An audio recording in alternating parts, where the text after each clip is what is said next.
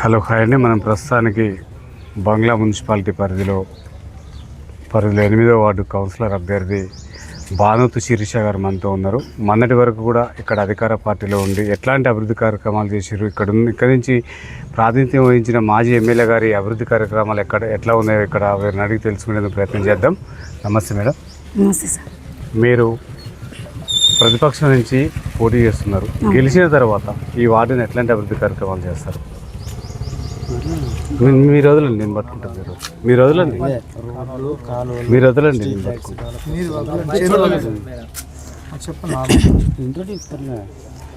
నమస్తే, నా పేరు భానుతు శిరీష.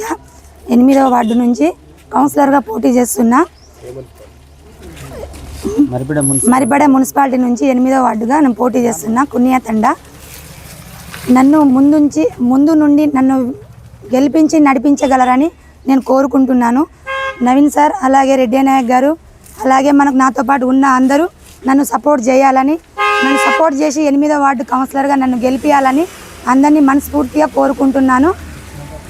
గత 10 సంవత్సరాల నుంచి ఈ వార్డులో నేను ఈ మున్సిపాలిటీ పుణ్యతండ తరపున నేను కష్టపడుతున్నా కాబట్టి నవీన్ సార్ గారు నన్ను దగ్గరుండి మరి నువ్వు గెలిచే అవకాశం ఉంది, కష్టపడుతున్నావు 10 సంవత్సరాల నుంచి పార్టీలో, నీకు అవకాశం ఉంది, ఆ అవకాశాన్ని వినియోగించుకో, నీకు ఏది కావాలంటే మేము అది చేసే ముందు మీకు ఆ ధైర్యం ఉంది, మీకు ముందు రావాలని, మమ్మల్ని నడిపించాలని నేను గట్టిగా కోరుకుంటున్నాను. మీకు ఏ వర్క్ కావాలన్నా, ఏ పని కావాలన్నా నేను ముందుండి నడిపించి, నేను స్ట్రీట్ లైటు, సీసీ రోడ్డు, కాలువలు అన్నీ నేను ఏదైనా నేను ముందుండి చేయించగలనని మనవి కోరుతున్నాను. Okay madam. 8వ వార్డులో ఉన్న మేజర్ సమస్య పైన మీకు ఎలాంటి అవగాహన ఉంది?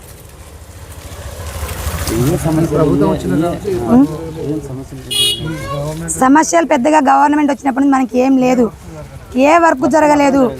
గత ఇప్పుడు 2.5 సంవత్సరాలు మన కాంగ్రెస్ పార్టీ వచ్చి ఏ వరకు మనకి లైట్లు లేదు, మురికి కాలువల చెత్త తీయలేదు, మొత్తం చెత్త ఎక్కడంటే అక్కడ అట్లనే ఉంది. ఏ వరకు మనకు సక్రమంగా జరగలేదు. గ్యారంటీ ఇప్పుడు నన్ను ఒక్కసారి అవకాశం ఇచ్చి నన్ను గెలిపించాలని నేను కోరుకుంటున్నాను. గత 2.5 సంవత్సరాలు, ఇప్పుడు 2 సంవత్సరాలు ఉంది. 2 సంవత్సరాల తర్వాత పక్కా బీఆర్ఎస్ పార్టీ వస్తుంది. ఇక్కడ గెలిచేది కూడా మరిపడ నుంచి, మున్సిపాలిటీ మరిపడ నుంచి, కున్యతండ నుంచి భానుతు శిరీష గారు నేను గెలిపించాలని నేను కోరుకుంటున్నాను.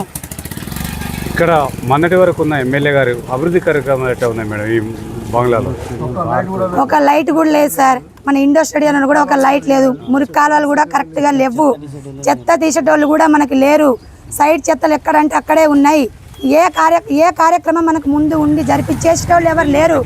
కరెక్ట్గా మంచినీళ్ళు, ఒకరోజు మంచినీళ్ళు వదిలితే మళ్ళీ వారం రోజులకు నీళ్లు కూడా రావట్లేదు. మనకి ఏ సౌకర్యం కరెక్ట్గా లేదు. ఒక్కసారి మీరు ఆలోచించండి.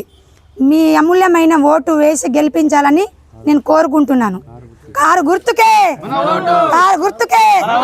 జై కేసీఆర్, జై కేసీఆర్, జై నవీన్ సార్ రావు గారు, రెడ్డి అనే గారికి,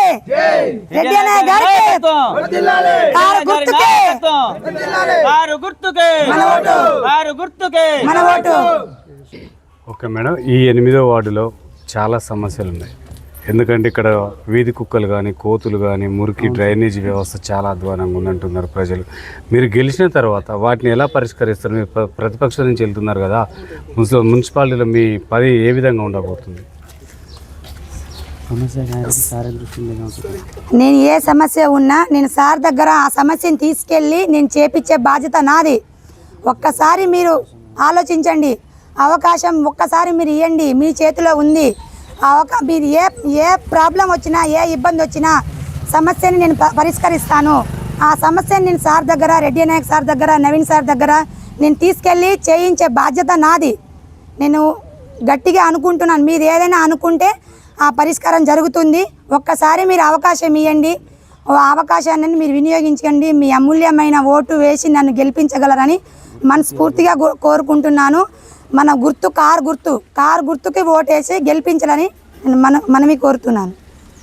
8వ వార్డు ప్రజలు, ఓటర్లు భానుతు శిరీషకు ఎందుకు ఓటు వేయాలి, ఏం చెప్తారు? గత 10 సంవత్సరాల నుంచి నేను కష్టపడుతున్నా. ఇప్పుడు 2-3 సంవత్సరాలు, ఇప్పుడు 2 సంవత్సరాలు స్టార్ట్ అయ్యి 3వ సంవత్సరం అవుతుంది. సీసీ రోడ్లు చక్కగా లేవు. ఎక్కడ పడితే అక్కడ చెత్త,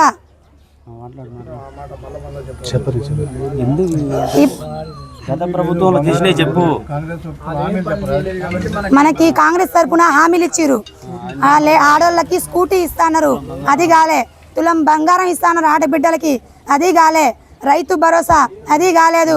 పెన్షన్లు భర్త లేని వాళ్ళకి పెన్షన్లు 4,000 దగ్గర 5,000 చేస్తున్నారు, 2,000 దగ్గర 4,000 చేస్తున్నారు.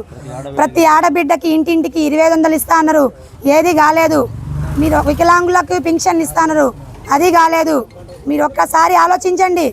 మీ ఓటు ఒక్కసారి మీరు ఆలోచించి మీరు వేయగలరని కోరుకుంటున్నాను.